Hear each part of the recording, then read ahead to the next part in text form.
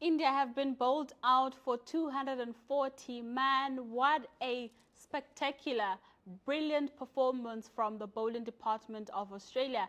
Just making sure that they restrict India from getting the maximum runs that they needed on the scoreboard. And obviously getting rid of Virat Kohli, Rohit Sharma, and Shubman Gill as early as they did in the game. And I think that is what's exactly worked in their favor in today's match. Tandy, what a match. What a performance from the bowling department of Australia. I think they came into this match with a plan, and they knew exactly how to execute this plan. They did it really well, winning the toss, deciding to bowl first, and they bowled them out. I think that's exactly what Pat Cummins, had in mind when they decided to bat first. What do you make of the first innings? Definitely one of a kind. It's one of those, had in mind when they decided to bat first. What do you make of the first innings? We know how innings? these guys have been a problem. Yeah. Ever since they say we're batting first, I thought maybe it was just going to have that action part. But towards the end, it was now like, okay, that feeling we had against the SA game, no offense.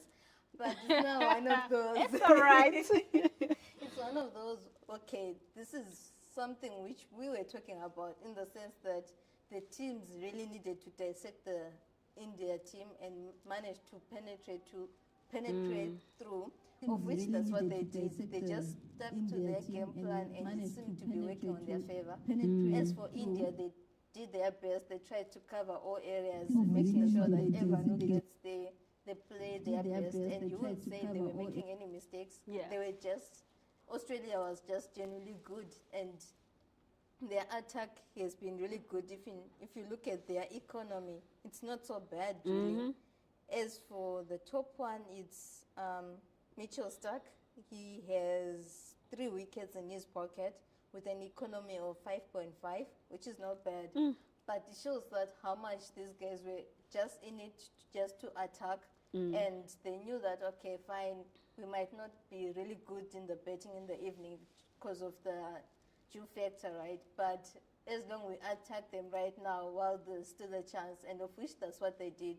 The fielding was just one of the top fielding setup, which I've never seen, especially coming from David Warner. Yeah. Literally was just diving all over, because I remember asking Taz, saying, why do you guys love just diving all over? I was like, that's what we have to do either way, just to make sure we catch those balls. So that was just an awesome performance from Australia, and we'll see how the second innings it will go, in the sense that India is also good in the bowling side as well. Yeah. So it's just going to be a tricky one as well. I mean, I think that the fielding was spectacular because you had, I think it was perfect. There was a time, I think, between the first and the second power play, transitioning into the second power play. Australia just denying India to hit those boundaries, for a good probably 10 overs. They just couldn't break through that fielding. And for me, I feel like that's probably the first time in this entire tournament we've seen India being so restricted by a club. And I think Australia, if they do make sure that they, like they are aware that there's players like Jasprit Bumrah, there's Mohammad Shami, who also just knows how to get those wickets for the team. I just hope that they go into second innings with that in mind, because then we'll get to see them competing. But based on the last encounter they played, in the last match they played against South Africa, I think it wasn't too bad. It really was okay. But the thing is, they tend to lose wickets, especially in the first power play. So when you lose wickets this early in the match, I feel like in a way it sort of like destabilizes the team. So for Australia to win this one, I think they have to be on the lookout for those players. What do you think they have to do in the second innings to just make sure that they emerge victorious in this one? But so far, we all agree that they've done really well, in Australia and the bowling department in this one. I would just quickly want to share with you the breakdown. I managed to get some few stats on the phases of score for India's first innings. First 1 to 10 overs, they managed to score 80 of 2 wickets. That means their run rate was 8.0. Then from 11 to 20 overs, they only managed to score 35 for 1 wicket, meaning it had gone down to 3.5. That's when you are now talking about Australia restricting India. That's when Cummings was coming in with Zampa.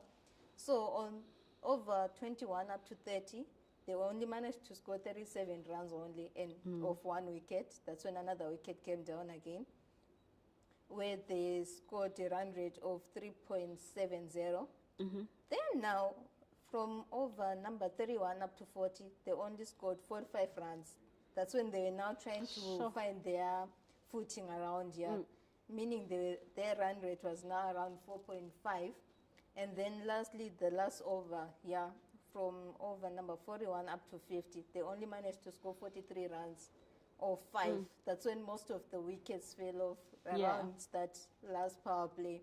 And it was around 4.30, meaning, like what you're saying, it's really going to be tough. And also for Australia to manage to do this, the moment, the first power play, they should definitely pull up their socks and manage to survive the seamers for India. But now the challenge is going to be from overs number 11 up to 40, probably. This is the second power play. That's Yeah. when the spinners are going to come, and that's when Mohamed Shami is a spinner, does most of the damaging. So they just need to be aware of the second power play. Yes, the first power play, they are very comfortable with the seamers, but now it's the spin where they need to play really well, and they just need to be careful, because either way, if you just miss that ball, and the way they've been accurate, just know it's just going for those wickets.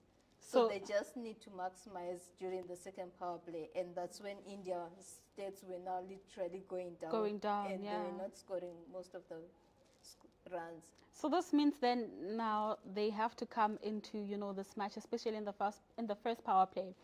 Get at least around 97 runs to be on the safe side, because like you're saying that in the second power play, that's where the bowling department, the spinners really just come into play and obviously impacting that match. But let's talk about, you know, India in this one.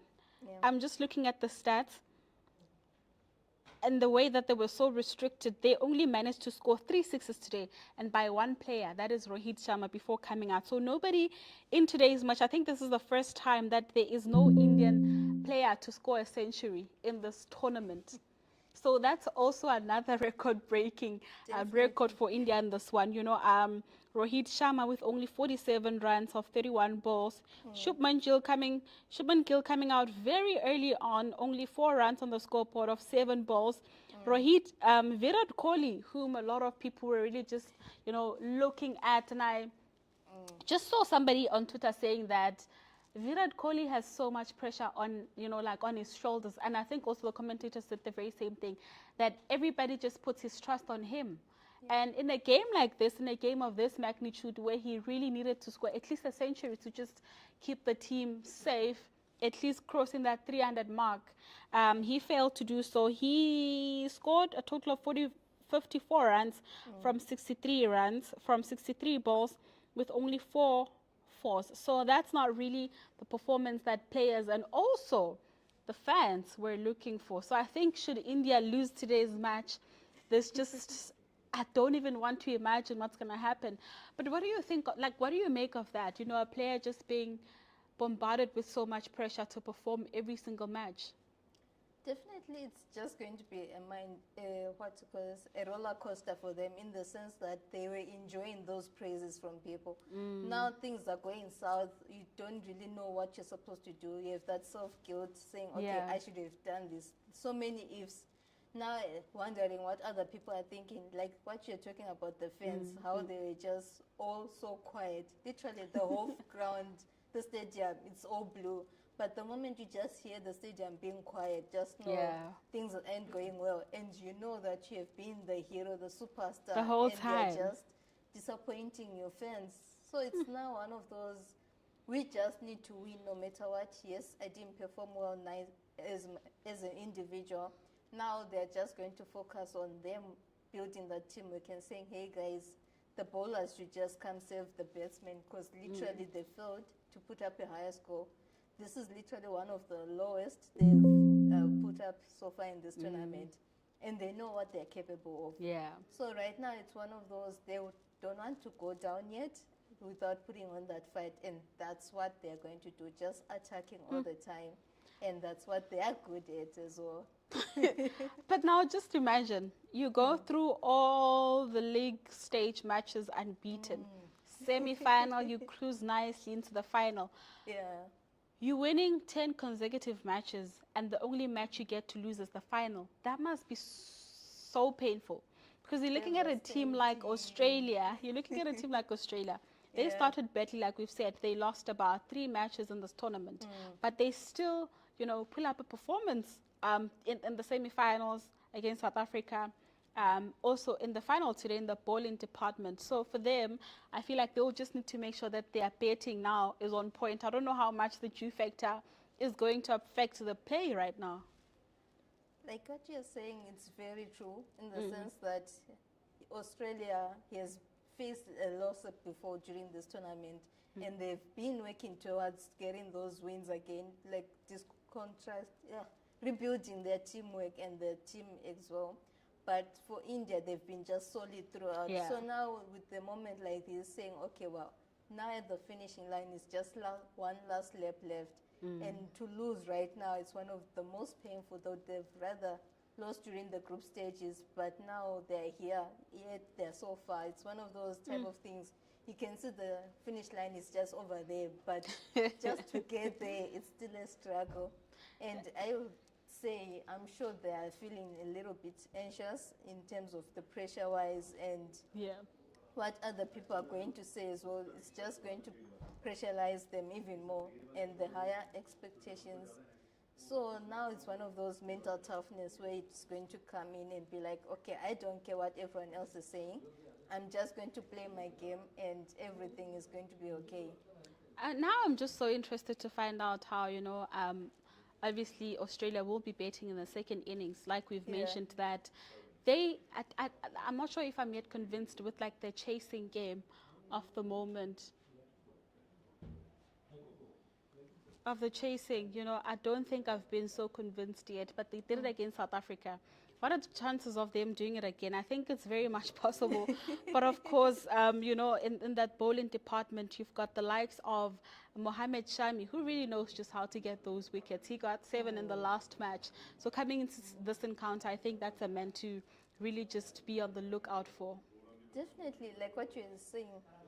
And also talking about Virat Kohli, going off topic a little bit of what you said, it shows that even the top guys also have a downfall. So you never Exactly. know. I mean, they are allowed to be off form. They're players after all. It shows that they're not facing the same Australia they faced during the group stages, and they know, okay, we made this mistake against India, and this time you never know. Glenn Maxwell might pull up that trick again. Never know. There is Glenn Maxwell. India. So remember, against SA, they were also restricted, showing how good SA is, like how they played is technically how they're playing right now. The way they chose to, they were chasing. That's what they did with SA, right? And they managed to do their attacking like how they were doing right now. So it's literally the same team, same format, or set up in a way, knowing that we're just out there to set up. So if they pull up the same trick as well, like what happened with SA, I'm sure definitely they're going to win, and that's how it's going to happen. That you will find themselves, the top order guys coming out very fast. But they know that they've got solid middle orders and the tail enders, and those are the same people who literally saved them when they were about to be beaten. So you never know right now how it's going to be. And I've been saying, that I don't think teams would allow another team to beat them twice in the same tournament. You've seen it, Australia beating South Africa in the group stage, Australia now beating South Africa in the semi-final.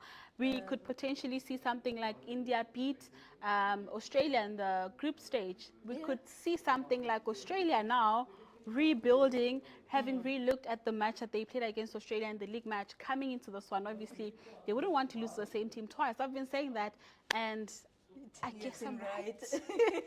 I guess I'm right. Definitely, you are right in the sense that they've been in this situation and they know the type of pressure which happens right here. And it's easier for them, really, because it's one of those more like revision in a type of way. As much as India has been informed throughout, they're saying it's fine, but this is the finals, and the winner literally takes the trophy home. It's not like you're going to replay. So it's one of those, they know, they're like the seniors of this situation, and they know how to do the attacking. I wouldn't be surprised really if they take the trophy home, and they've been winning more than India. So the thing the thing with the final, have you ever seen like I've seen this a lot in football now.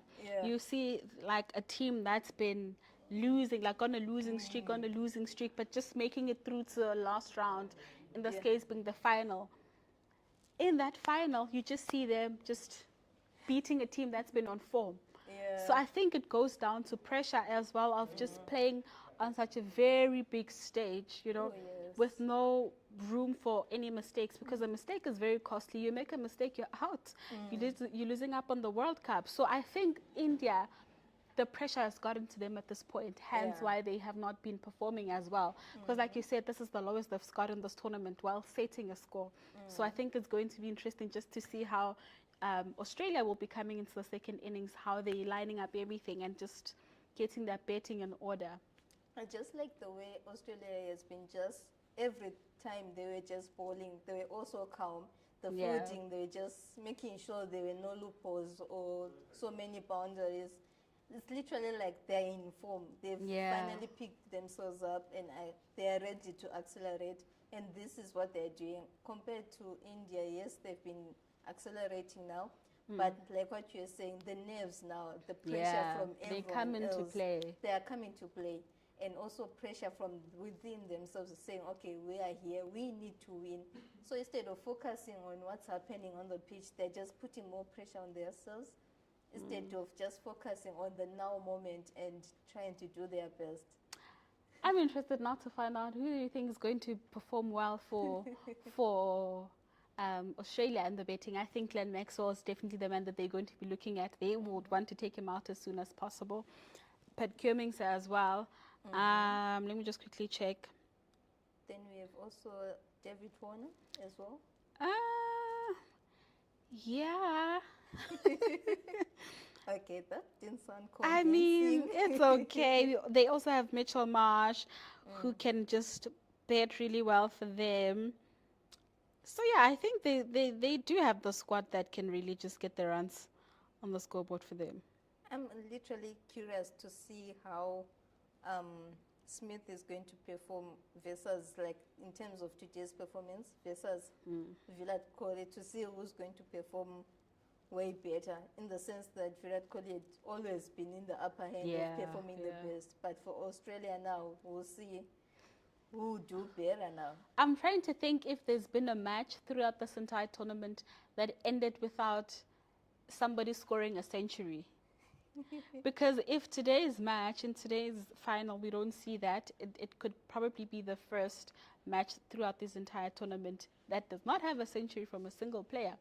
So that would mean the tournament has been like this, now dipping in the final. Also just goes to show how prepared the two teams were, you know, just coming into this match. But I think it would be the first game to end without somebody scoring a century. And also, I'm just seeing the stats here from India, the first innings. Only 2 people managed to cross the half-a-century half-a-century runs. Yeah. Which is quite interesting. Usually it's like everyone is always in that form. If they don't score above 60, they're just within the 50s or 49s, close to that range. But this time it seemed to be the other way around. And that is just so interesting. Like, that is so interesting. Now, just think about this, you know, because like the only thing that's playing through my mind is that how would the players feel? Just imagine how Rohit Sharma, Virat Kohli, well, Rohit Sharma being the captain in this one, you know, you've played really well throughout the tournament. And when you're supposed to be just finishing off the work, on the high note. On a very high note, it goes downhill, like we've been saying throughout. And I think also this is something that may have put pressure on them, because everybody has been saying, this trophy is already in India's bag. It's theirs to lose. And what I'm seeing right now and what I saw in the first innings, I think not looking too good for them. Like what I'm seeing here, the probability win just shifted. What is it saying? It's saying India, yes, 33.28%, and then Australia 66.72%. I wish I took a screenshot of the win probability before this match ended, because it gave India 70% chance of winning, I think, or 80, somewhere around there. I think it's because of how they ended up, how they finished their innings, in the sense that that last wicket was really not necessary. They should have just ran that one and not tried to run two, because the last one, he was literally run out. So yeah, that wasn't really necessary at the same time. Maybe if it wasn't for all out, it was just going to be a different story. And this is literally, come to think about it, I've never seen India being bowled bowled out. all out. So that's why I'm saying, imagine performing so well throughout the entire tournament, only to drop the ball when it matters most in the final. Shows it's really tough out there. It really feels like a final. It's not supposed to be very easy. So that tension is really means it's going to be something else. And also it seems like Australia did their homework in India. They found the loopholes that every team has been trying to find. Hey, they found that if you take out Virat Kohli, you take out Rohit Sharma, Shubman Gill, like all these key players that came out very early on. So I feel for me, that has been what's been keeping them, in the game for such a very long time. But I'm really curious, though, to see how the second innings will go about, in the sense that will Australia maintain their good start of their first innings, managing to pull out the Indian guys, or India will just pull up their socks and make sure that they fix the damage which they've done in the first innings, to make sure that they manage to win. Even one run is still a win at the end of the day. A run is a run. Run is all a the run. difference you need. If you need 241 to win and you've got 240, they get you that one. You've won the match. That's the crazy part about India. It's never about margins anymore. Yeah. It's a little of the end product. So it can go either way. And it's about to get dark already. And the lighting effect as well. So that's coming into play as well. The pitch conditions oh right my now, goodness. they're just going to change, and you see how they're going to affect Australia. Yeah, I think this is where we should wrap it up for this one, and just go watch how the second inning unfolds, and then we'll come back maybe to just talk about that one. But yeah, thank you so much for watching. We will be back again very soon to see how India and Australia match ends. But this is where we are leaving it for right now.